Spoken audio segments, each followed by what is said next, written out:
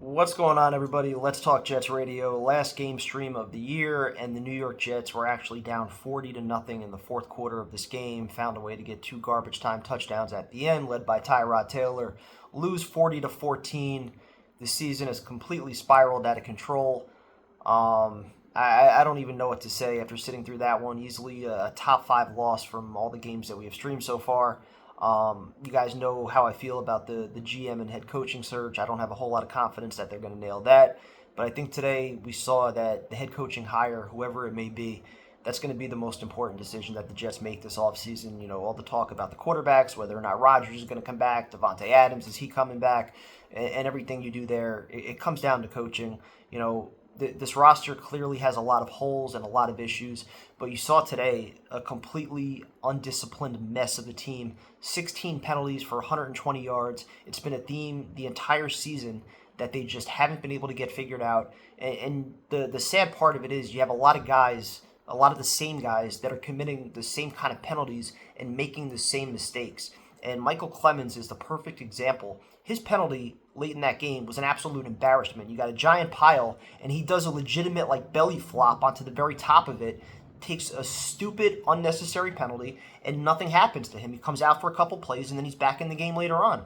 You know, the fact that this has gone on with him, with the same mistakes, with the penalties, not containing the edge, the same mistakes have happened with him week after week, and nothing seems to happen.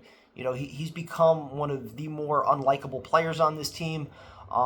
But it's a lot of guys, unfortunately, and I still think, in spite of all the holes, in spite of, how the defensive line has regressed, you're not getting anything essentially out of the safety position. DJ Reed, he had an awful game today, a bunch of penalties. Sauce, he's been injured on and off all year. Just the defense has gone so far backwards, but I still feel like the core of your team, which is Quinnen, Quincy, hopefully it's going to be Sauce. I still would like to see what he could do with good coaching. And then on the offensive side of the ball, if you're bringing back Rodgers, that would obviously come with Devontae. And then you have Garrett, you got Brees, and most of your offensive line should be back. You give Moses plenty of credit for trying to battle through injuries, but clearly I think you saw today, it highlighted, at least for Max Mitchell and Carter Warren, that those guys, you don't want them as your starting offensive lineman next year. So you're going to have to go and get a right tackle, as well as somebody to either replace Conklin or you can sign Conklin. But, it was strange that you had Mitchell playing left tackle, Carter Warren at right tackle, when, last year those guys were kind of flip-flopped. And, Mitchell, he's had some success playing right tackle with the Jets his first 2 years. So just very surprising. They both looked absolutely lost today. But for the most part, at least on the offensive side of the ball, 4/5 of your offensive line should be coming back. So I don't think you have a complete overhaul that's necessary there. But more than anything else, for whatever reason, this team, they can find ways early on to be competitive. Scripted plays will be okay more recently. You put all these drives together, but then once they get close, once they get into the red zone, 3rd and short, 4th and short, we saw it with the Rodgers missed pass to Yeboah, and then 4th and 1, they try to run it up the middle with Braylon Allen. He gets stuffed. Later on, you're 4th and 5. I don't know if they were actually legitimately going to go for it or if they were just trying to draw the Bills off sides, but they take a delay of game, then it's 4th and 10. They end up punting there. So the Jets had 6 straight quarters where they didn't punt the football once, and yet they only put up 9 points. They had, I think, 4 drives into Buffalo territory where they didn't get any points out of it. So the fact that they can find ways to move the ball, and then sometimes just the craziest shit happens, like the deflection for the interception. It just seems like everything that could possibly go wrong this season has gone wrong for the Jets. It legitimately feels like they're cursed. Like, good things just aren't meant to happen for us. And it usually happens in the most painful ways. They've invented ways to lose all season. You have Rodgers throwing a pick and taking a personal foul, something I don't think we've seen from many Jet quarterbacks over the years.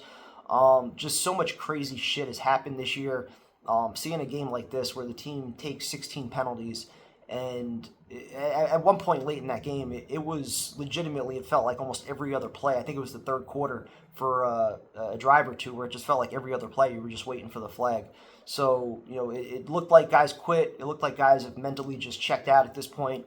And I'll continue to say the biggest problem with this organization starts at the top. It starts with ownership. It's why you have these kind of problems when your ownership and your kids that are involved with it are meddling in all these decisions and just setting a bad vibe in the locker room, setting a culture that is not conducive to winning at all, that's about social media, that's about clicks, that's about headlines, that's about selling tickets, and everything that's not fucking important. This is the result that you get.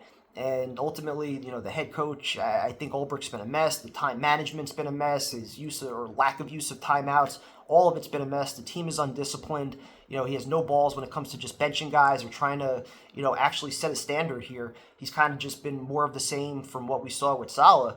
But at the very least, you had, guys in their roles and things were somewhat managed a little bit better. When Salah was here, the defense played a little bit better. Neither of those guys, obviously, long-term answers, but the roster itself, I kind of go back and forth on, but I still think there's enough talent here where if you had a legitimate coaching staff, this would be a team that's, at the very least, fighting for a wild card playoff spot right now. The fact that we're looking at a 4-win team with this kind of roster, and you might say some guys we overrate, but there's more than enough talent here where if we had any coaching at all, you'd be getting a little bit more out of these guys. And so that's why, I keep making the comparisons back to, 97 or 96 and 97, where you saw what the team was with a lot of the same players under Kotite, and then you saw the transformation once Parcells got there. Part of me thinks that can kind of be similar here. You can question all you want what Rodgers still has left in the tank at 41 years old.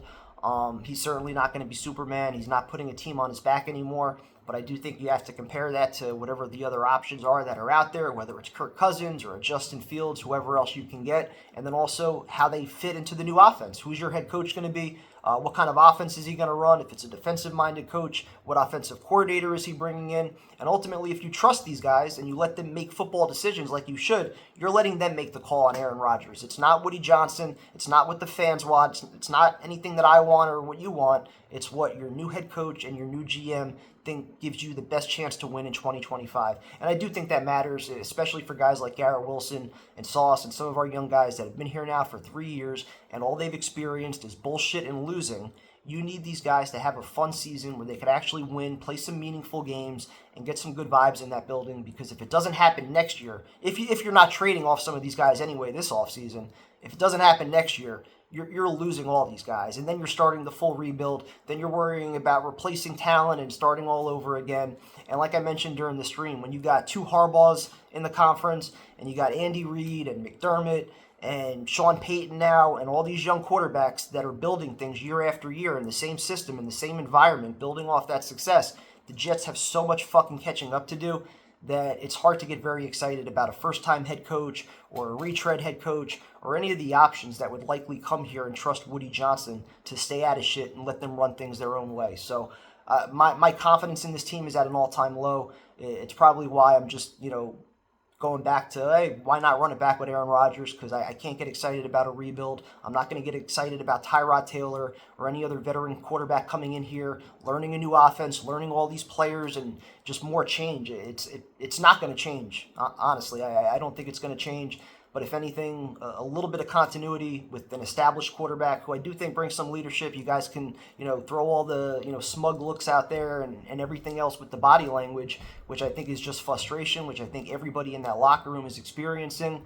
But for me, his career resume still speaks for itself. I'd be open to him coming back for another year. But ultimately, like I keep saying, I think the player exit interviews and the vision for your next head coach and GM have to dictate that. But I'm pretty much just done with this team, with this season. I'm ready for it to be over. 1 week left. So thank you guys for all the support this season. Really appreciate it. Hope everybody had a Merry Christmas, Happy New Year. We'll be back on live tomorrow night.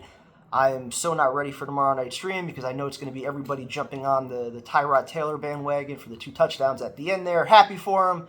But again, when you're facing backups in a 40-0 game, what does that really mean? But it is what it is. Enjoy it. Talk to you guys later.